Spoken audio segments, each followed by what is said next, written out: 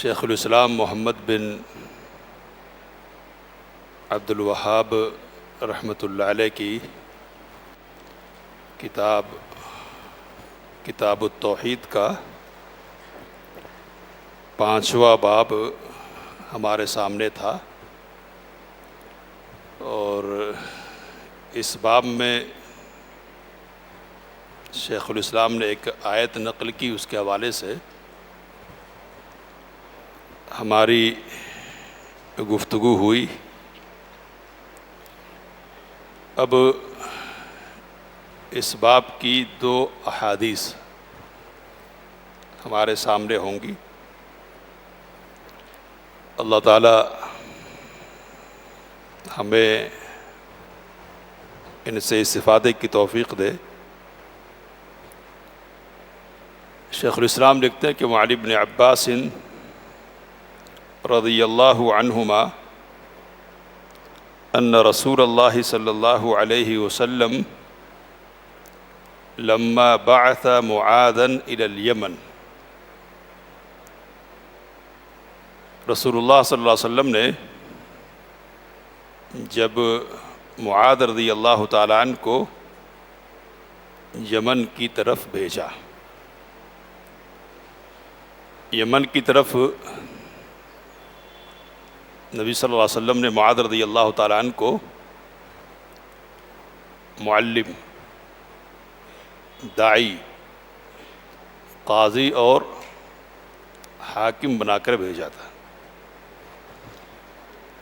2 صحابہ کو نبی صلی اللہ علیہ وسلم نے بھیجا تھا، ایک معاذ تھے اور دوسرے ابو موسیٰ اشعری، یمن کے 2 الگ الگ حصوں میں،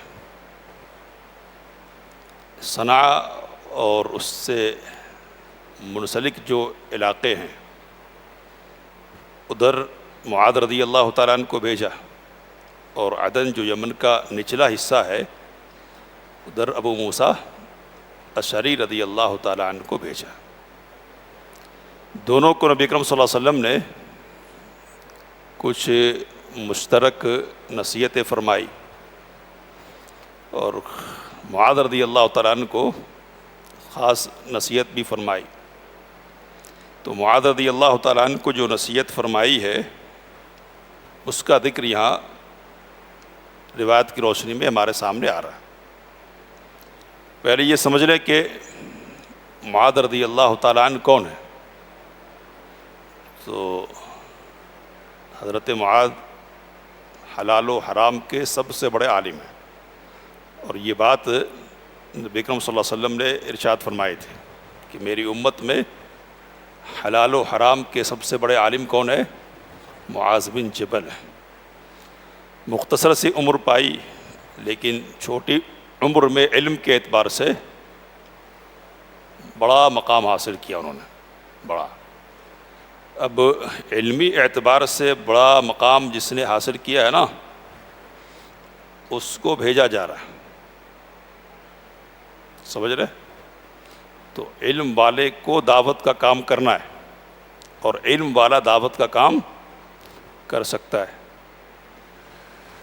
کوئی بھی دعوت کے نام پر اٹھ کھڑا نہیں ہو سکتا اور چل کھڑا نہیں ہو سکتا ہے۔ یہ بات آتی ہے ہمارے سامنے، اب جماعت تبلیغ کے حوالے سے بات ہوتی ہے تو یہ باتیں کی جاتی ہے کہ نہیں یہ نبیوں کا کام ہے نا، کرنا پڑے گا، ہر شخص کی ذمہ داری ہے۔ سوال یہ پوچھا جاتا ہے کہ کون کرے گا، کون کرے گا؟ تو علم جس کے پاس وہ دے گا نا۔ عربی میں کہتے فاقد الشیء لا یعطی، کسی چیز کو کھونے والا، نہیں پانے والا، وہ کیسے دے سکتا ہے؟ جو چیز آدمی کے پاس خود نہ ہو وہ دوسرے کو کیسے بانٹ سکتا ہے؟ تو علم والا ہی علم دے سکے گا نا، ہے نہیں تو کیا بانٹے گا؟ تو اندھا اندھے کی کیا رہنمائی کرے گا؟ تو یہ بات جب کہی جاتی ہے تو پھر کہتے کہ نہیں ہم سیکھنے کے لیے نکلتے۔ تو سیکھنے کے لیے نکلتے کہاں نکلتے ہیں؟ سکھانے والے کون لوگ ہوتے ہیں؟ تو بات وہی ہے کہ اندھے کو سکھائیں گے کیا؟ تو سیدھی بات یہ کہ سیکھنا اگر ہے مقصود تو اس کے لیے علماء موجود ہیں، مساجد ہیں، وہاں حلقات ہوتے ہیں، ان کو اٹینڈ کیجیے اور علمی ترقی کیجیے۔ تربیتی نظام کے حوالے سے گفتگو ہو سکتی ہے تو اس کے لیے سوچا جا سکتا ہے، لیکن اس کو دعوت کا نام دے کر عام لوگوں کو اس میں گھسیٹنا اور کہنا کہ ہم دعوت کا کام کر رہے ہیں، تو یہ دعوت کا کام نہیں ہوگا۔ معاذ بن جبل کون ہے؟ بہت بڑے عالم ہیں، اور بہت بڑے عالم کو نبی اکرم صلی اللہ علیہ وسلم دعوت کے لیے بھیج رہے ہیں۔ کہا کہ انک تأتی قوما من اہل الکتاب، آپ جا رہے ہیں نا یمن کو، تو وہاں جن لوگوں سے سامنا آپ کا سابقہ ہوگا وہ کون لوگ ہوں گے؟ تو کہا اہل کتاب کے لوگ ہوں گے وہ۔ تو یہ جو بات نبی اکرم صلی اللہ علیہ وسلم نے بتلائی معاذ بن جبل رضی اللہ تعالیٰ عنہ کو، یہ کس لیے بتلائی ہے؟ تو دعوت کے لیے ایک تو علوم شریعہ کو جاننا ہوتا ہے، شرعی علم، دلائل وغیرہ وغیرہ۔ ایک اور چیز ہے جس کو جاننا ضروری ہے، وہ ہے مدعو کو جاننا۔ مدعو جس کو دعوت دے رہے ہیں، جس کو دعوت دے رہے ہیں اس کے حالات سے آپ کو واقفیت ضروری ہے۔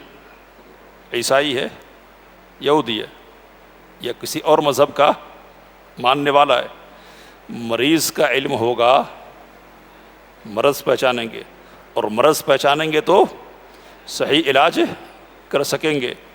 اگر علم نہیں ہونا تو پتہ چلا کہ اس کا علاج اس کو کر دیا اور اس کا علاج اس کو کر دیا، تو اس طرح سے فائدہ ہونے کے بجائے کیا ہو جائے گا؟ نقصان ہوگا۔ عام آدمی ہے، اس سے گفتگو کا انداز، اسلوب الگ ہوگا، باتیں الگ ہوں گی، اور خاص لوگ ہیں تو خاص لوگوں سے گفتگو کا طریقہ، انداز الگ ہوگا۔ خاص لوگ ہوں گے تو ظاہر سی بات ہے ان کی طرف سے شبہات پیش کیے جائیں گے، دلائل کی توڑ ہوگی، اپنے علم کی بنیاد پر وہ مقابلہ کرنا چاہے گا۔ تو داعی کو یہ جاننا ضروری ہے کہ کن کے سامنے وہ جا رہا، کن کے سامنے گفتگو کرے گا وہ، اور کن سے اس کا مقابلہ ہے، تو صحیح طور پر وہ مقابلہ کر سکتا ہے۔ اور نبی اکرم صلی اللہ علیہ وسلم نے حضرت معاذ رضی اللہ تعالیٰ عنہ کو یہ بات سمجھا کر ذہنی طور پر تیار ہونے کو کہہ دیا کہ یہ جو ہم یہاں کام کرتے رہے نا، تو امیین تھے، عام مشرکین تھے، ان کے درمیان کام کرتے رہے، اب آپ جو جا رہے ہو نا یہ پڑھے لکھے لوگ ہیں، تو پڑھے لکھے لوگوں کے سامنے آپ کو پیش ہونا ہے، اس کے لیے ذہنی طور پر آپ کو تیار ہونا چاہیے۔ تو مدعو کا علم ہونا بھی کیا ہے؟ ضروری ہے۔ اس لیے دعوت تو کرتے ہم کرنا چاہیے، اٹھتے بیٹھتے ہر وقت کرنے کا کام ہے یہ۔ تو کرنے سے پہلے، بات شروع کرنے سے پہلے، اپنی بات رکھنے سے پہلے سامنے والے کے حالات کا علم حاصل کرنا چاہیے، کیا کرتے ہے نا، ملازمت کے حوالے سے، کاروبار کے حوالے سے، اور پھر مذہبی پس منظر کیا ہے، سماجی پس منظر کیا ہے، یہ ساری چیزیں جب جان لیں گے نا تو گفتگو کرنا آسان ہوگا۔ اور جو آدمی جس میدان سے منسلک ہے نا، اس میدان کو سامنے رکھ کر گفتگو کرنے میں اس کا ذہن آپ کی طرف متوجہ ہوگا۔ سمجھ میں آ رہی بات؟ حضرت یوسف علیہ السلام کے پاس دو لوگ آئے تھے، کہاں؟ قید خانے میں آئے نا، دونوں نے خواب دیکھا تھا، تو خواب انہوں نے بیان کیا، اور دونوں یہ کون لوگ تھے؟ تو حکومت کے کارندے تھے، یعنی حکومت کے لیے کام کرنے والے لوگ، تو ملازمت پیشہ لوگ تھے، ٹھیک ہے۔ تو اس لیے حضرت یوسف علیہ السلام نے جو گفتگو کی ہے نا، آپ دیکھیں کیا کہا، ارباب متفرقون خیر ام اللہ الواحد القہار، یہ بتلاؤ کہ الگ الگ بہت سارے مالک اچھے یا ایک اللہ جو زبردست ہے۔ تو جو ملازمت کر رہا ہے نا اس کو صحیح سمجھ میں آتا کہ ایک مالک اچھا یا کئی مالک اچھے، تو سامنے والے کے کی حالت کا جائزہ لینے کی بنیاد پر حضرت یوسف علیہ السلام نے گفتگو پیش کی ہے، سمجھ رہے؟ تو جب سامنے والے کا علم ہوگا، ملازمت پیشہ ہے اسی انداز سے گفتگو کریں گے، کاروباری ہے اسی انداز سے گفتگو کریں گے۔ یہ تو سماجی پس منظر میں اب یہ کہ اعلیٰ اور اونچی ذات اور برادری کا ہے، وہاں گفتگو کا انداز الگ ہوگا، اور نچلے طبقے سے متعلق ہے، جیسے ہمارے یہاں ہیں طبقات ہندوستان میں، تو وہاں گفتگو کریں گے، اور اس حوالے سے اسلامی تعلیمات کی جو خوبیاں ہوں گی نا وہ پیش کریں گے، تو بات اپیل کرنے والی ہوگی۔ تو علم ہونا ضروری ہے۔ کس کا علم ہونا ضروری ہے؟ مدعو کا، کیا ہے، خاندان کیا ہے، سماج کیا ہے، علمی سطح کیا ہے، دین مذہب کون سا ہے وغیرہ، اور مذہب میں بھی قسمیں ہوتی ہیں نا، تو کون سی قسم سے تعلق رکھنے والا، یہ ساری چیزیں معلوم ہو جائیں گی نا تو گفتگو کرنے کا مزہ الگ ہو جائے گا، اور جس مقصد کو حاصل کرنا چاہ رہے ہیں نا وہ مقصد حاصل کر سکیں گے. ٹھیک ہے. اس کے بعد کہا فَلْيَكُنْ أَوَّلَ مَا تَدْعُوهُمْ إِلَيْهِ شہادۃ اللہ الہ الا اللہ. سب سے پہلے جس چیز کی گواہی دینی ہے، لینی ہے، سب سے پہلے جس چیز کی طرف بلانا ہے وہ کیا ہے؟ تو لا الہ الا اللہ کی گواہی ہے. لا الہ الا اللہ کی گواہی کا مطلب کیا ہے؟ تو بعض روایتوں میں کہ ان یوحدوا، سب سے پہلے توحید کی دعوت دینی ہے. تو دعوت میں ترتیب کو ملحوظ رکھنا. کیا ہے؟ ترتیب کو ملحوظ رکھنا. الاہم فالاہم کے اصول پر چلنا. ایک مریض ہے، کئی بیماریاں اس کے ساتھ ہیں، چھوٹی بھی بڑی بھی، تو کوشش کیا ہونی چاہیے؟ طریقہ کیا ہوگا؟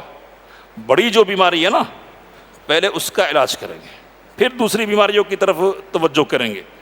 تو سب سے بڑی بیماری اگر ہے روحانی اعتبار سے تو وہ کیا ہے؟ شرک کی بیماری ہے.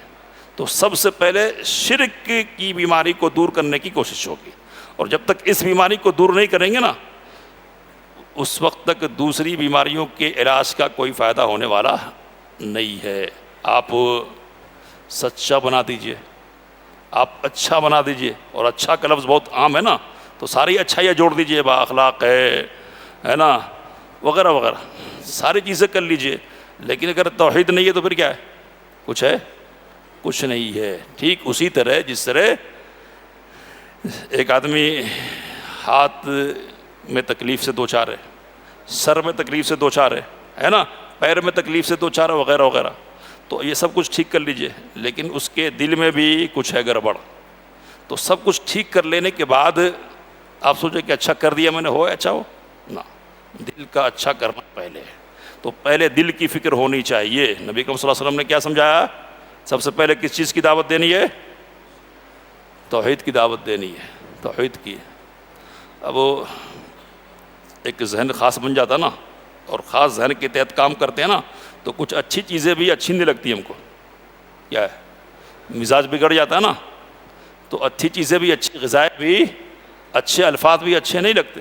تو اب یہ توحید سے پیارا کوئی لفظ تو نہیں ہے دنیا میں، ہے کیا؟ کوئی نہیں ہے. اور شرک سے کوئی برا لفظ دنیا میں ہے ہی نہیں نفرت کے قابل. لیکن ایک مزاج جب بن جاتا نا تو توحید توحید توحید، کیا توحید ہی توحید کرتے رہتے. ایسے کہنے والے لوگ ہیں یا نہیں ہیں؟ ہے نا. تو ایسے کہنے والے لوگوں کے لیے یہ بات آپ اپنے ذہن میں بٹھائیے کہ توحید کی دعوت ان لوگوں کو بھی دینی ہے جو توحید پر نہیں ہے، اور توحید کی دعوت ان لوگوں کو بھی دینی ہے جو توحید پر ہیں. سمجھ میں آ رہی ہے بات کیا کہہ رہا ہوں؟ یہ مسلسل ہے. یہ نہیں ہمارا کام توحید کے حوالے سے ہو گیا، کچھ دوسرا تو دوسرا بھی کریں گے، لیکن توحید کی دعوت کا سلسلہ جاری رکھیں گے. سمجھ رہے؟ کئی روایتیں پیش کی علماء نے اس مسئلے کے لیے کہ توحید والوں کو بھی توحید کی دعوت دینی ہے. سمجھ میں آ رہی بات؟ توحید والوں کو بھی. صحابی بیان کرتے کہ نبی کریم صلی اللہ علیہ وسلم کی مجلس میں ہم بیٹھے ہوئے تھے، آپ نے کہا آؤ مجھ سے بیعت کرو. بیعت کس بات کی بیعت کرو؟ کہ اللہ کے ساتھ شرک نہیں کرو گے. تو مسلمان لوگ ہیں نا صحابہ، ان سے کس بات کی بیعت لی جا رہی ہے؟ شرک نہیں کرو گے. یا ایھا الذین آمنو، یا ایھا الذین آمنو آمنو، اے ایمان والو ایمان لاؤ. تو ایمان والوں سے ایمان کا مطلب کیا ہے؟ تو ایمان والوں کو بھی ایمان لانے کی ضرورت پڑتی ہے، اور توحید والوں کو بھی توحید کی ضرورت پڑتی ہے. تو سب سے پہلے توحید کی دعوت، سب سے پہلے بھی، ہر وقت بھی، اور سب سے آخر بھی، ہمیشہ ہمیشہ توحید کی دعوت ہے. دوسری دعوتیں اگر ہم دے رہے ہیں نا تو اس کا یہ مطلب نہیں کہ توحید کی دعوت نہیں دیں گے، لیکن اول اور مقدم کس کو رکھنا ہے؟ توحید کو رکھنا ہے. توحید کی دعوت سب سے مقدم ہے. اس کو ذہن میں بٹھائیے اور اس کو عام کیجئے. یہ جو بیچ میں خلفشار پیدا ہو گیا، ذہن ہمارا خراب کر دیا گیا اور ادھر ادھر کے کاموں میں ہم کو لگا دیا گیا نا، تو وہ جو برکتیں تھی اس دعوتی زندگی کی، وہ برکتیں ہم سے اٹھ گئی ہیں، اور لوگ آ رہے ہیں لیکن دکھ نہیں رہے۔ کیا کہہ رہا ہوں میں؟ لوگ بہت ہیں لیکن دکھ نہیں آ رہے، دکھ نہیں رہے، یعنی بے قیمت ہے، بے حیثیت ہے۔ اور پہلے تھوڑے لوگ ہوتے تھے نا، وہ دکھ کے آتے تھے، اہل توحید، اہل سننا دکھ کر آتے تھے۔ اب کتنی کثیر تعداد میں، اب اتنی تعداد دیکھیے کہ چھوٹے سے پروگرام میں اتنی بڑی تعداد ہے نا۔ کبھی شہر میں 2-4 لوگ ملتے تھے ایسے توحید والے، لیکن وہ دکھ کے آتے تھے۔ اب بہت ہے لیکن دکھ کے آ نہیں رہے ہیں۔ کیوں؟ اس لیے کہ مشن پر کام کرنا چھوڑ دیا، اور مشن کی جو اہمیت ذہن میں ہونی چاہیے نا، وہ اہمیت نہیں رہ گئی ہے۔ تو سب سے پہلے کس کی دعوت؟ توحید کی دعوت، فَلْيَكُنْ أَوَّلَ مَا تَدْعُوهُمْ إِلَيْهِ۔ اس کے بعد کہا کہ فَإِنْهُمْ أَطَاعُوكَ لِذَلِكَ، اگر اس سلسلے میں وہ تمہاری بات مان لیتے ہیں، یعنی اس توحید کو اپنا لیتے ہیں، توحید کا اقرار کر لیتے ہیں، تو پھر کیا ہے؟ کہا فَأَعْلِمْهُمْ أَنَّ اللَّهَ افْتَرَضَ عَلَيْهِمْ 5 صلوات فی کل یوم ولیلہ، تو ان کو بتلاؤ کہ اللہ نے ان پر دن اور رات میں 5 نمازیں فرض کی ہے۔ 5 نمازیں۔ توحید کے بعد سب سے عظیم، سب سے بڑا کوئی عمل ہے تو وہ 5 وقت کی نمازوں کی ادائیگی ہے۔ اب نماز کی اہمیت پہ گفتگو کرنے کا مقام یہ نہیں ہے، جو موضوع سے متعلق بات ہے اس سے متعلق بات یہ ہے کہ ترتیب اور تدریج۔ ایک چیز ہے ترتیب، پہلے یہ پھر یہ پھر یہ، اور ایک ہے تدریج، یعنی آہستہ آہستہ آہستہ آہستہ۔ بعض لوگوں کا مزاج یہ ہوتا ہے کہ دعوت سے متعلق جتنا مٹیریل ہے نا سامنے آدمی کے پاس، چاہتا کہ ایک ہی مجلس میں پورا کا پورا دے دینا۔ تو ہمارے ایک ساتھی ہوا کرتے تھے، تقریر شروع کرتے تھے نا تو ختم کرنے کا نام نہیں لیتے تھے۔ کیا ہے فلسفہ؟ تو کہتے تھے کہ پتہ نہیں پھر دوبارہ زندگی رہے یا نہیں رہے، پھر یعنی زندہ رہیں گے آگے نہیں رہیں گے، اس لیے جتنا ہے سب دے دینا۔ تو ایسا ہے کیا؟ سب زندگی نہیں رہے تو کیا مطلب ہے؟ جتنا آدمی نے سیکھا ہے نا اسی کے مطابق اس سے سوال ہونے والا ہے، ظاہر سی بات ہے، علم کے مطابق سوال ہونے والا ہے نا۔ مواقع تھے نہیں حاصل کیا پکڑا جائے گا، لیکن موقع نہیں ملا آدمی کو تو پھر پوچھا جائے گا کیا اس سے؟ نہیں۔ تو ایک وقت میں جتنا ہضم کر سکتا آدمی نا اتنا ہی دینا۔ پتہ چلا کہ اتنا دے دیا کہ کچھ بھی نہیں رہ گیا، سب نکل جا رہا، بد ہضمی ہوتی ہے زیادہ کھانے سے، ہم سب کو معلوم ہے۔ تو ترتیب بھی چاہیے، الاہم فالاہم، اور تدریج بھی چاہیے، تدریج آہستہ آہستہ۔ اب اس کے بعد روایت میں یہ ہے کہ پھر زکوٰۃ کی طرف بلانا۔ یہاں یہ بھی سوال کیا گیا کہ حج کا ذکر نہیں کیوں ہوا، تو اب یہ علمی مسائل ہے، ان کی طرف جانا ہم کو نہیں ہے۔ یہ جو روایت یہاں نقل کی گئی ہے وہ کس مقصد سے ہے؟ تو دعوت دینے کے لیے بھیجا ہے نا، دعوت دینے کے لیے بھیجنا چاہیے۔ کچھ لوگ ایسے ہونے چاہیے جن کو اس کام پہ لگانا چاہیے، اور کون لوگ ہوں گے وہ جن کو لگائیں گے؟ جو علم والے ہوں گے ان کو لگائیں گے۔ اور دعوت دینے کے سلسلے میں مدعو کا علم ہونا چاہیے، ترتیب کی بنیاد پر دعوت دینی چاہیے اور تدریج کی بنیاد پر دعوت دینی چاہیے۔ یہ اصل مقصد ہے اس روایت کو یہاں نقل کرنے کا۔ باقی جو موضوعات ہیں نا وہ فقہ کے اور حدیث کے موضوعات ہیں، وہ وہاں طے کریں گے، اگر وقت ہوتا تو انشاءاللہ گفتگو کرتے تھے۔ اب دوسری جو روایت ہے ہمارے سامنے وہ سہل بن سعد رضی اللہ تعالیٰ عنہ کی ہے، صحیح بخاری اور صحیح مسلم کی، کہ ان رسول اللہ صلی اللہ علیہ وسلم قال یوم خیبر، رسول صلی اللہ علیہ وسلم نے خیبر کے دن فرمایا، کیا فرمایا؟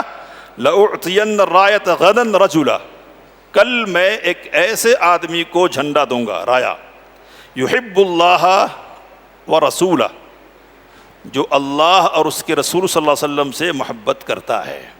کہتے ہیں کہ وَيُحِبُّهُ اللَّهُ وَرَسُولُهُ، اور اللہ اور اس کے رسول صلی اللہ علیہ وسلم اس سے محبت کرتے ہیں۔ تو خیبر کے دن فرمایا یہ، تو خیبر کے دن یعنی جس دن گئے اسی دن کی بات نہیں ہے یہ، بلکہ 10 دن گزر گئے تقریباً۔ سن 7 ہجری میں صلح حدیبیہ کے بعد نبی اکرم صلی اللہ علیہ وسلم نے خیبر پر چڑھائی کی تھی، اس لیے کہ غزوہ خندق کو برپا کرنے والے اور مسلسل شرارت کرنے والے لوگ تھے، تو ذرا سکون ملا نا، تو نبی صلی اللہ علیہ وسلم نے فیصلہ کیا کہ ان کو نمٹا دیا جائے، اب ذرا ان سے نمٹ لیں گے. تو نمٹانے کے لیے اور نمٹنے کے لیے نبی کریم صلی اللہ علیہ وسلم تشریف لے گئے. بڑے بڑے اونچے اونچے مضبوط قسم کے قلعے ان کے پاس ہیں, ان کو زیر کرنا آسان نہیں ہو رہا ہے. روایتوں میں یہ بات آئی ہے کہ حضرت ابوبکر کو ایک دن جھنڈا دیا, سردار بنا کر بھیجا لشکر کا, آ گئے, کامیابی نہیں ملی. دوسرے دن حضرت عمر فاروق رضی اللہ تعالیٰ عنہ کو دیا جھنڈا کہ آپ کی کمانڈنگ میں آج کی لڑائی ہوگی. آئے, لڑ کر دن بھر لڑتے رہے, واپس آئے, فتح نہیں ملی تھی. اس کے بعد نبی اکرم صلی اللہ علیہ وسلم ایسا کہہ رہے ہیں, پہلے دن کی بات نہیں ہے, 10 دن تقریباً گزر گئے اور مشکل ہو رہا فتح کرنا. تو نبی اکرم صلی اللہ علیہ وسلم نے پیشین گوئی کی. کیا پیشین گوئی؟ معجزہ نبی اکرم صلی اللہ علیہ وسلم کا کہ کل دوں گا, ایسے شخص کو دوں گا جو اللہ اور اس کے رسول صلی اللہ علیہ وسلم سے محبت کرتا ہے اور اللہ اور اس کے رسول بھی اس سے محبت کرتے ہیں.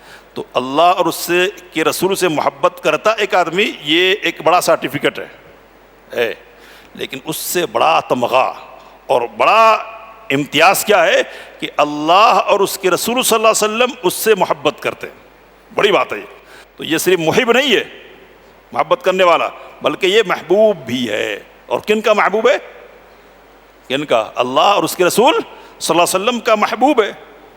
کہتے ہیں کہ فبات الناس ناس یقودون لیلتهم. اب یہ بات نبی کریم صلی اللہ علیہ وسلم نے کہہ دی, اب رات بھر تقریباً کہہ رہا ہوں کہ کچھ تو سوئے ہوں گے نا, اس لیے تو رات بھر تقریباً اس بحث میں پڑے رہے. کس بحث میں؟ کہا کہ ایہم یعطاہا, یہ جو جھنڈا ہے نا کل ملنے والا کس کو ملے گا, کس کو ملے گا؟ تو ہر آدمی کی خواہش یہ ہو رہی ہے کہ اس کو مل جائے. کیوں خواہش ہو رہی ہے؟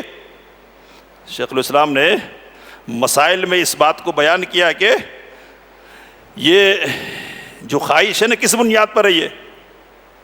تو کل فتح ہوگی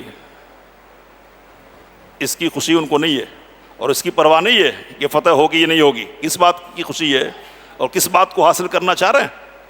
کیا سرٹیفکیٹ. محبوب ہونے کی جو بات ہے نا, عمارت کی بات نہیں ہے, یعنی سرداری ملے گی, سردار بنائے جائیں گے, اس کے سلسلے میں فکر مند نہیں ہو رہے ہیں, بلکہ کس بات کے بارے میں کہ محبوب ہونے کا سرٹیفکیٹ مل رہا ہے. تو حضرت عمر فاروق رضی اللہ تعالیٰ عنہ کی روایت ہے بہت مشہور کہ انہوں نے کہا کہ زندگی میں کبھی بھی میں نے عمارت کی خواہش نہیں کی الا یومئذ, سوائے اس دن کے. اس دن میرے سینے میں بھی پیدا ہوئی خواہش کہ مجھ کو شاید کیا ہو جائے, جھنڈا دے دیا جائے. تو نبی صلی اللہ علیہ وسلم نے پیشین گوئی کہ کل دوں گا, لیکن کیا ہے, کہتے کہ فلما اصبحوا, صبح ہوئی, غدوا علی رسول اللہ صلی اللہ علیہ وسلم, رسول صلی اللہ علیہ وسلم کی خدمت میں پہنچے. کلہم یرجو ان یعطاہا, ہر ایک اس امید میں ہے, یہ امید لگائے بیٹھا ہے کہ رسول صلی اللہ علیہ وسلم کی طرف سے جھنڈا اس کو دیا جائے. لیکن کیا ہے, نبی صلی اللہ علیہ وسلم کہہ رہے این علی بن ابی طالب, علی بن ابی طالب کدھر ہیں؟ تو یہ محبوبیت کا سرٹیفکیٹ کس کو ملا ہے؟ علی بن ابی طالب کو. اب دیکھیے ذرا, فقیل هو یشتکی عینیہ, نبی صلی اللہ علیہ وسلم سے کہا گیا کہ انہیں آنکھوں کی شکایت ہے, یعنی آشوب چشم ہے, ان کی آنکھیں آئی ہوئی ہے. تو آنکھوں کی شدید تکلیف میں مبتلا تھے حضرت علی, اور جنگ میں شرکت کرنے کی ان کی پوزیشن نہیں تھی, اس لیے پیچھے تھے, لوگوں میں نہیں تھے, وہ لشکر میں نہیں تھے. اور روایت میں سلمہ بن اکوع رضی اللہ تعالیٰ عنہ کی کہ ان کو سلمہ بن اکوع رضی اللہ تعالیٰ عنہ نے سہارا دے کر نبی اکرم صلی اللہ علیہ وسلم کی خدمت میں پیش کیا. خود اپنی بنیاد پر کیا ہے, چلنے کی پوزیشن نہیں ہے.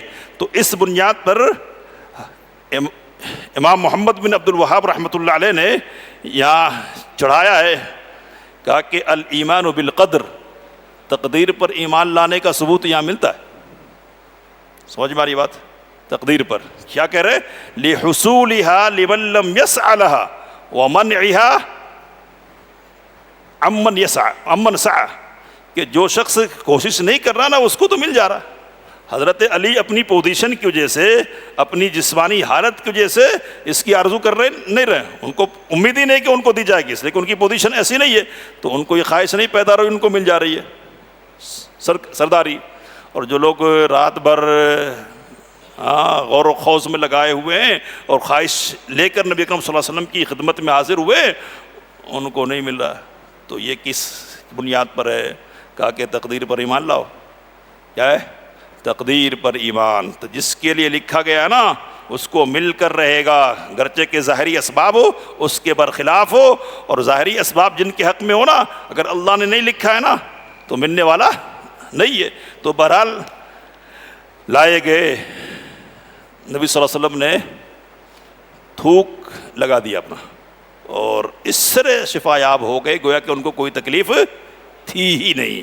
کہتے کہ فَأَعْطَاهُ الرَّأْيَ، نبی صلی اللہ علیہ وسلم نے ان کو جھنڈا دے دیا اور کہا کہ سکون سے جاؤ، ہڑبونگ مچاتے ہوئے نہیں بلکہ اطمینان کے ساتھ، ہے نا، سکون کے ساتھ جاؤ، اور کہا کہ ان کے میدان میں اتر جاؤ، ثُمَّ ادْعُهُمْ إِلَى الْإِسْلَامِ، پھر ان کو اسلام کی دعوت دینا، اسلام کی طرف بلانا۔ تو یہی اصل قصیدۃ الباب ہے۔ اس باب میں اس حدیث کو نقل کرنے کا مقصد کیا؟ اصل اسلام کی طرف بلانا۔ جنگ کرنے جا رہے ہیں، لڑنے جا رہے ہیں، پہلے لڑنے سے پہلے کیا کرنا ہے؟ دعوت دینا ہے۔ اور شیخ الاسلام محمد بن عبد الوہاب رحمۃ اللہ علیہ نے کہا کہ ان کو بھی دینا جن سے پہلے لڑ چکے ہیں، یعنی لڑائی چل رہی ہے پھر نئے سرے سے لڑ رہے ہیں نا، تو پہلے لڑ چکے اب کیا دینا؟ لڑ ہی رہے نا، کہا کہ نا پھر اگر لڑائی شروع ہو رہی ہے نا نئے سرے سے تو پھر کیا پتہ چلا؟ کئی باتیں لوگوں نے یہ بات مشہور کی کہ اسلام کیا ہے؟ لڑنے، بھڑنے، مارنے، توڑنے، قتل کرنے وغیرہ وغیرہ کا مذہب ہے، اور یہاں دوسروں کے لیے رواداری نام کی کوئی چیز نہیں ہے، یا تو مانو گے یا جاؤ گے، کیا مشہور کر رکھا لوگوں نے؟ یا تو گواہی دو، لا الہ الا اللہ پڑھو، یا پھر مرنے کے لیے تیار ہو جاؤ۔ تو کیا ایسا ہے؟ نہ، دعوت فی نفسی کوئی چیز نہیں ہے، اور جہاد بھی کوئی چیز فی نفسی نہیں ہے، یہ سب ذرائع ہیں۔ کس بات کے ذرائع ہیں؟ کس بات کے؟ لا الہ الا اللہ کی گواہی دینے کے ذرائع ہیں۔ دعوت کس لیے؟ لا الہ الا اللہ کی گواہی دینے کے لیے، اور یہ جو لڑنا پڑتا ہے نا وہ بھی کس لیے؟ لا الہ الا اللہ کے لیے۔ اگر آزادی ہو کس بات کی؟ کہ ٹھیک ہے آپ دعوت دیجئے، مزاحمت نہیں کی جائے، راستہ روکا نہیں جائے، تو لڑنا یہ اسلام کا کوئی مقصد نہیں ہے۔ اور اسلام اصل میں کیا چاہتا ہے؟ امن چاہتا ہے، اور امن اسلام کے حق میں ہے۔ سمجھ رہے ہیں بات؟ امن کیا ہے؟ اسلام کے حق میں ہے۔ اس لیے دعوت کے حوالے سے یہ بات کہہ رہا ہوں میں کہ جھگڑے کا ماحول نہیں پیدا کرنا۔ داعی کو ہمیشہ اس بات کی کوشش کرنی چاہیے کہ ماحول کیسا رہے؟ امن والا رہے، جھگڑے والا نہیں رہے۔ جھگڑے والا، یہ جو انفرادی دعوت ابو بکر رضی اللہ تعالیٰ کا ذکر آیا نا کہ انہوں نے دعوت دی ہے، اور خود نبی اکرم صلی اللہ علیہ وسلم نے جو دعوت دی ہے شروع میں کیسی دعوت دی؟ انفرادی، ایک ایک کو دیا، ایک ایک الگ الگ پکڑ کے۔ تو الگ الگ پکڑنے میں حکمت کیا کہ اجتماعی طور پر دیں گے نا، شور، ہنگامہ، لڑائی، جھگڑا، سننے سنانے کا ماحول نہیں رہ جائے گا۔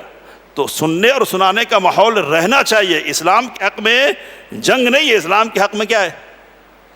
بولیے، امن ہے۔ دشمنوں کو اس بات کا پتہ ہے، علم ہے، اس لیے وہ اس بات کی کوشش کرتے کہ امن کی حالت نہیں رہے، کیا رہے؟ جنگ کی حالت رہے، لڑائی کی حالت میں ادھر ادھر کی باتیں پھیلانا، عام کرنا کیا ہے؟ اور لڑنے والے ماحول میں سننے کی پوزیشن نہیں رہتی ہے، امن والے ماحول میں سننے کی۔ امن جب قائم ہو گیا نا، صلح حدیبیہ ہو گئی نا، تو جتنے لوگ صلح حدیبیہ تک مسلمان ہوئے تھے نا اس سے کئی گنا لوگ زیادہ مسلمان ہو گئے صلح حدیبیہ کے بعد۔ صلح حدیبیہ میں کتنے لوگ تھے؟ کتنے لوگ تھے حدیبیہ میں؟ حدیبیہ عمرے کے لیے گئے تھے نا جب نبی صلی اللہ علیہ وسلم، کتنے لوگ تھے؟ میں یقول کتنے لوگ تھے؟ نہیں معلوم ہے۔ یہ یاد رکھنا اس لیے ہے کہ یہ جتنے لوگ تھے نا سوا ایک کو چھوڑ کر سب جنتی ہیں، سب کے لیے رضا کا پروانہ اترا ہے۔ تو حضرت جابر بن عبداللہ رضی اللہ تعالیٰ عنہ کہتے کہ ہم 1400 لوگ تھے۔ کتنے تھے؟ بیعت رضوان کرنے والے کتنے لوگ تھے؟ 1400 لوگ، ٹھیک ہے؟ کتنے؟ 1400۔ فتح مکہ کتنے دنوں کے بعد ہوئی؟ مکے کی فتح کتنے دنوں کے بعد؟ صلح حدیبیہ کے کتنے دنوں کے بعد؟ 2 سال 3 سال کہہ لیجیے، ٹھیک ہے؟ 6 ہجری میں عمرہ کیا نبی صلی اللہ علیہ وسلم نے، اور پھر 8 ہجری میں کیا مکہ فتح ہو گیا تو 2 سال کا زمانہ 19-20 ٹھیک ہے. تو 2 سال کے زمانے میں جب نبی صلی اللہ علیہ وسلم فتح مکہ کے لیے تشریف لے جا رہے ہیں نا, کتنے لوگ ہیں ساتھ میں؟ اب یہ بھی نہیں معلوم ہے, پڑھیے, سمجھ رہے, پڑھنا ہے, رکھنا ہے ادھر دماغ میں انشاءاللہ. اللہ آسان کرے ہم سب کے لیے, اللہ ہمارے حافظوں کو مضبوط بنائے, ہے نا. اور حافظہ مضبوط رہنے کے لیے ایک بات یاد رکھیے, نافرمانی نہیں کرنا. اللہ کی نافرمانی سے کیا ہے, حافظہ کمزور ہوتا ہے. واتقوا اللہ یعلمکم اللہ, اللہ سے ڈرو, اللہ تمہیں سکھلائے گا. اور امام شافعی رحمہ اللہ کے اشعار بہت مشہور ہیں, کہا کہ شکوت الی وکیع سوء حفظی, میں نے اپنے استاد وکیع رحمہ اللہ سے اپنے حافظے کی خرابی کی شکایت کی, حافظے کی خرابی کی.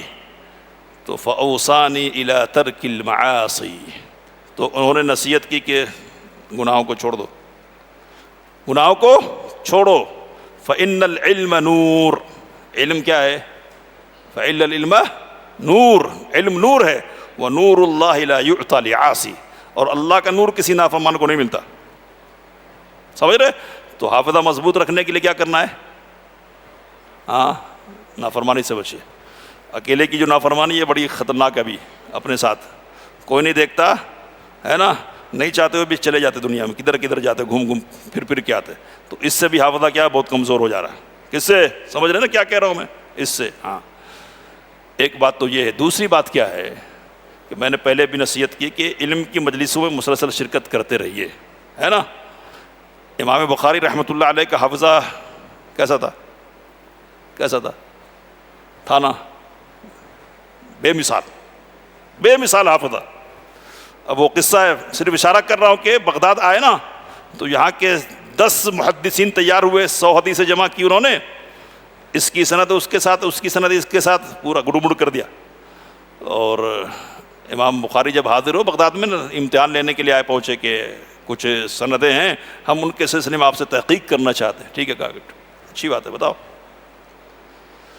تو ایک نے اپنی 10 حدیثیں, 10 لوگ ہیں, 10 حدیثیں پیش کی. ہر حدیث کے ساتھ کہہ رہے ہیں امام بخاری لا اعرف, مجھے نہیں پتا.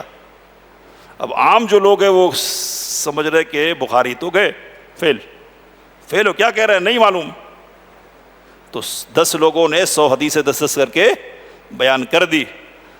اس کے بعد امام بخاری رحمۃ اللہ علیہ شروع ہوئے, کہا کہ اما انت فحدیثک الاول کذا وہو کذا. سمجھ میں آ رہی بات کہ آپ نے یہ حدیثیں بیان کی تھی نا, آپ کی پہلی حدیث آپ نے اس طرح بیان کی تھی اور وہ حدیث ہے اس طرح. تو 100 حدیثوں کو سند اور متن کے ساتھ ٹھیک کر دیا. کس نے؟ امام بخاری نے. حافظ ابن حجر رحمۃ اللہ علیہ فرماتے ہیں کہ حدیثوں کو ٹھیک بیان کر دینا یہ تو ہونا ہی ہے, وہ تو یاد تھی حدیثیں پہلے سے, ٹھیک کر دیا. اصل بات کیا ہے سمجھنے کی, کہ اس موقع پر 100 حدیثیں جس طرح سے پڑھی گئی تھی نا اس طریقے سے بھی پڑھ دیا. سمجھ میں آ رہی بات؟ یعنی بگاڑ کر جو پڑھی تھی لوگوں نے نا, تو بگاڑ کر جو پڑھی گئی حدیث ہے وہ بگاڑ کر بھی پڑھ کے سنایا امام بخاری نے, ایک مرتبہ سنا دیا. تو ایسا حافظہ تھا. اب ایسا حافظہ کدھر سے آیا؟ تو اللہ تعالیٰ کا دیا ہوا. لیکن کسی نے پوچھا, سیرت البخاری کتاب ہے عبدالسلام مبارک پوری رحمۃ اللہ علیہ کی, تو انہوں نے نقل کیا کہ کسی نے پوچھا کہ امام آپ یہ بتائیں کہ آپ حلوہ کون سا استعمال کرتے ہیں, یعنی آپ کا جو یہ حافظہ ہے اور حافظے کی یہ جو قوت ہے اس کا راز کیا ہے, کون سا حلوہ استعمال کرتے ہیں, معجون. تو کہا کہ اعادے سے بڑھ کر کوئی معجون نہیں ہے. اعادہ مطلب ریویژن, یعنی علم کو دہراتے رہیے, علم کو دہراتے رہیے, دہراتے رہیں گے تو پھر کیا ہے, حافظے میں رہے گا. سورہ فاتحہ پڑھتے ہوئے بھولے کبھی ہوتا وہ دھیان ادھر ادھر جانے سے ہوتا وہ, ہے نا, لیکن بھولتے کبھی, کیوں نہیں بھولتے؟ نہیں بھولتے. بچوں سے پوچھتا ہوں میں, ابا کا نام بھولتے کیا کبھی؟ ہاں یار, کیوں؟ اس لیے کہ روزانہ لیتے, سنتے. تو اعادہ بھی ضروری ہے، بار بار پڑھیں، بار بار پڑھیں، اور علم سے کبھی تھکنا نہیں چاہیے. ٹھیک ہے، کیا بات چل رہی تھی؟ صلح حدیبیہ میں کتنے لوگ تھے؟ یہ تو یاد رہے گا انشاءاللہ. فتح مکہ میں کتنے تھے یہ جاننا ہے نا. فتح مکہ میں کتنے تھے؟ 10,000 ہے نا. تو 1400 اور 10,000 کا فرق معلوم ہے نا. کدھر سے آئے اتنے؟ یہ کدھر سے آ گئے؟ یہ صلح حدیبیہ کے زمانے میں ان میں سے اکثر آ گئے. اتنی تعداد بڑھ گئی ہے، 1400 اور کہاں 10,000، فرق ہے نا بہت بڑا. تو اسلام امن والا ماحول چاہتا ہے، اور اسلام کے حق میں کیا ہے؟ امن ہے، جنگ نہیں ہے. جنگ دوسروں کے حق میں، جنگ میں اشاعتیں پھیلتی ہے، افواہیں پھیلائی جاتی ہے نا. کسی کو گرایا جاتا ہے، کسی کو اٹھایا جاتا ہے، طرح طرح کی باتیں کی جاتی ہے، غلط باتیں پھیلائی جاتی ہے. امن میں کیا؟ آپ ہمارے یہاں آئیں گے، ہم آپ کے یہاں جائیں گے، ہم آپ کی بات سنیں گے، آپ ہماری بات سنیں گے، پتہ چلے گا کہ کہا کچھ گیا اور ہے کچھ. تو ثمامہ بن اسال کا قصہ تو معلوم ہی ہے نا. بڑے دشمن، کہا کہ آپ سے زیادہ ناپسندیدہ چہرہ کوئی تھا ہی نہیں میرے نگاہ میں، اور آپ کے شہر سے زیادہ ناپسندیدہ شہر کوئی تھا ہی نہیں. لیکن 3 دن رہے نا یہاں، دیکھا یہ کچھ علی ہے. تو اب سب سے زیادہ محبوب چہرہ کون سا ہے؟ محمد صلی اللہ علیہ وسلم کا. اور سب سے زیادہ محبوب شہر کون سا ہو گیا؟ محمد صلی اللہ علیہ وسلم کا شہر. تو قریب آنے سے، تو اس لیے حضرت معاذ کو بھی اور حضرت ابو موسیٰ اشعری رضی اللہ تعالی عنہ دونوں کو بھی نبی اکرم صلی اللہ علیہ وسلم نے نصیحت کی تھی کہ بشارت دینا، نفرت کی بات نہیں کرنا ہے نا، اور آسانی کی بات کرنا، سختی کی بات نہیں کرنا. اور اس بات کا خیال رکھنا کہ آپس میں ایک دوسرے سے اختلاف نہیں ہو. جب خود ٹوٹ جاؤ گے تو دوسروں کو کیا جوڑو گے؟ اختلاف بھی نہیں کرنا. تو نبی اکرم صلی اللہ علیہ وسلم نے کہا کہ دعوت دو، پہلے دعوت دو ہے نا. دعوت پہلے ہے، ہر حال میں پہلے دعوت دینا ہی ہے. اور میں نے یہ کہا کہ دعوت فی نفسی کوئی چیز نہیں ہے، اور جہاد بھی کوئی چیز نہیں ہے فی نفسی. اصل کیا چیز ہے؟ توحید کی طرف لوگوں کو لانا ہے. دعوت بھی اس کا ایک ذریعہ ہے، اور ایک اضطراری ذریعہ، مجبوری کا ذریعہ کیا ہے؟ جہاد بھی. مجبور کیا جاتا ہے، پھر کیا ہے؟ مجبوراً تلوار اٹھانی پڑتی ہے. جو بھی کافر ہوگا سب کو ماریں گے، جو نہیں پڑھے گا کلمہ اس کو کیا کریں گے؟ ماریں گے. یہ باتیں پھیلائی یہ لوگوں نے نا. امام ابن تیمیہ رحمۃ اللہ علیہ کہتے ہیں کہ دیکھو، اگر کفر وجہ قتل ہوتا، اس کو یاد کر لیجئے، کیا ہے؟ کفر قتل کا سبب ہوتا، کفر قتل کا سبب ہوتا، تو یہ جو تعلیم دی جاتی تھی نبی اکرم صلی اللہ علیہ وسلم کی طرف سے کہ کسی بوڑھے سے تعرض نہیں کرنا، بوڑھے کو نہیں مارنا، کہہ دیتے. جب لشکر بھیجتے تھے نا تو آپ صلی اللہ علیہ وسلم نصیحت فرماتے تھے کیا؟ کسی بوڑھے کو مارنا نہیں ہے، کسی بچے کو قتل نہیں کرنا ہے، اور کسی عورت کو بھی قتل نہیں کرنا ہے. اور کہتے تھے کہ وہ لوگ جو اپنی عبادت گاہوں میں، گرجا گھروں میں، جھوپڑیوں میں عبادت میں مصروف ہے نا، ان کو بھی چھیڑنا نہیں ہے. تو یہ لوگ کیا تھے؟ مسلمان تھے؟ کیا تھے؟ یہ بھی کافر تھے نا. تو کفر کی وجہ سے اگر قتل کرنا ہوتا تو ان کو کیوں چھوڑتے تھے؟ تو کفر قتل کی وجہ نہیں ہے، بلکہ کیا ہے؟ لڑنا، مقابلے میں آنا. جو مقابلے میں آئے ان سے کہا کہ لڑو، ان کو جہاں پاؤ ان کو مارو. جو لڑنے والے ان سے کہا ہے. یہاں لڑنے کی کا موقع ہے، لیکن بات کس بات کی ہو رہی ہے؟ دعوت دینا. دعوت تو دعوت دینا ہے، پہلے مدعو کرنا ہے. اور پھر کہا کہ وَأَخْبِرْهُمْ بِمَا يَجِبُ عَلَيْهِمْ مِنْ حَقِّ اللَّهِ تَعَالَى فِيهِ. اس کو بھی یاد کر لیجئے، یہ بھی نکتہ ہے. کہا کہ اللہ کے جو حقوق ان پر واجب ہوں گے نا لا الہ الا اللہ پڑھ لینے کے بعد، وہ بھی بتلا دینا. نہیں سمجھ میں آئی بات؟ موٹے موٹے طور پر اسلام کی خوبیاں بیان کر دی اور کہہ دیا کہ چلیے پڑھیے لا الہ الا اللہ. پتہ چلا کہ لا الہ الا اللہ پڑھ لیا، اس کو پتہ ہی نہیں کہ لا الہ الا اللہ پڑھنے کا مطلب کیا ہوتا ہے. تو پڑھنے کا مطلب کیا ہوتا ہے یہ سمجھانا پڑے گا. لا الہ الا اللہ کہہ لیں گے یہ نہیں کرنا پڑے گا، لا الہ الا اللہ کہہ لیں گے یہ کرنا پڑے گا. نمازیں پڑھنی ہوں گی، زکوٰۃ دینی ہوگی، رمضان کے روزے فرض ہیں ادا کرنے ہوں گے، یہ سب بتانا پڑے گا. موٹا اور کیا مجمل دعوت نہیں ہے، تفصیل سے وضاحت کی بنیاد پر دعوت دینی ہے، تاکہ دعوت قبول کرے آدمی نا تو بصیرت کی بنیاد پر جاننے کی بنیاد پر کہ مجھے مسلمان ہونا ہے نا، میں مسلمان ہو رہا تو مجھ کو یہ کام کرنا پڑے گا، سمجھ رہے ہیں؟ تو یہ بھی دعوت کے اصولوں میں سے اور دعوت کے آداب میں سے کہ وضاحت کی بنیاد پر دعوت ہونی چاہیے۔ اس کے بعد نبی اکرم صلی اللہ علیہ وسلم نے بات کہی ہے، کیا کہی؟ کہا کہ فواللہ لئن یہدی اللہ بک رجلا واحدا خیر لک من حمر النعم، اللہ کی قسم اگر اللہ نے تمہارے ذریعے سے ایک آدمی کو بھی ہدایت دے دی، اللہ نے تمہارے ذریعے سے ایک آدمی کو بھی ہدایت دے دی تو یہ تمہارے لیے سرخ اونٹوں سے بہتر ہے۔ سرخ اونٹ مطلب عربوں کی سب سے قیمتی چیز، اونٹ ان کا سب سے بڑا اثاثہ، ان کی سب سے بڑی دولت تھی، ریگستانی علاقوں میں رہتے تھے تو سب سے بڑی دولت کیا ہے؟ ان کا جہاز ہے نا، اور اونٹوں میں بھی سرخ جو اونٹ ہوا کرتے تھے نا وہ سب سے قیمتی ہوتے تھے۔ تو اللہ کے رسول صلی اللہ علیہ وسلم کیا فرما رہے ہیں؟ ایک آدمی کی ہدایت یہ کیا ہے؟ سرخ اونٹوں سے، یعنی قیمتی ترین جو چیز دنیا کی ہو سکتی ہے نا اس سے بہتر، اس سے بہتر۔ اب اس زمانے میں کیا مثال دے سکتے ہیں؟ آپ کے پاس ایروپلین ہو، یہ اس سے بہتر ہے کہ ایک آدمی آپ کے ذریعے سے کیا پالے؟ ہدایت پالے۔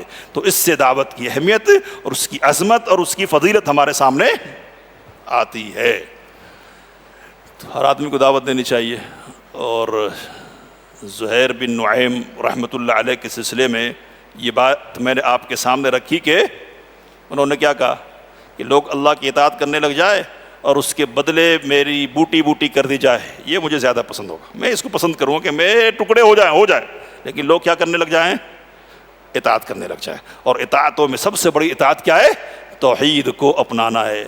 تو اس فکر کے ساتھ جینے والا اللہ تعالی ہم سب کو بنائے، اس فکر کے ساتھ کہ ہم کام کریں گے، ہم دعوت دیں گے، ہر ایک کو دیں گے، ہر ایک کو، ان کو دیں گے ان کو دیں گے، یہ مزاج بھی ختم کر دیجئے، یہ دعوت اور وہ دعوت نہیں ہے، یہ نہیں ہے، سب دعوت ہے نا۔ تو جہاں بھی موقع ملے گا دعوت دیں گے، اور یہ مزاج بنائیے کہ جہاں ہوں گے داعی ہوں گے، اسٹیج پر ہی داعی نہیں بننا ہے، ہر جگہ کیا ہے؟ داعی بننا ہے۔ اور علم سے متعلق جو گفتگو ہوئی ہے نا وہ بات بھی اپنے ذہن میں رکھ لیجئے۔ اب بات میں ختم کر رہا ہوں۔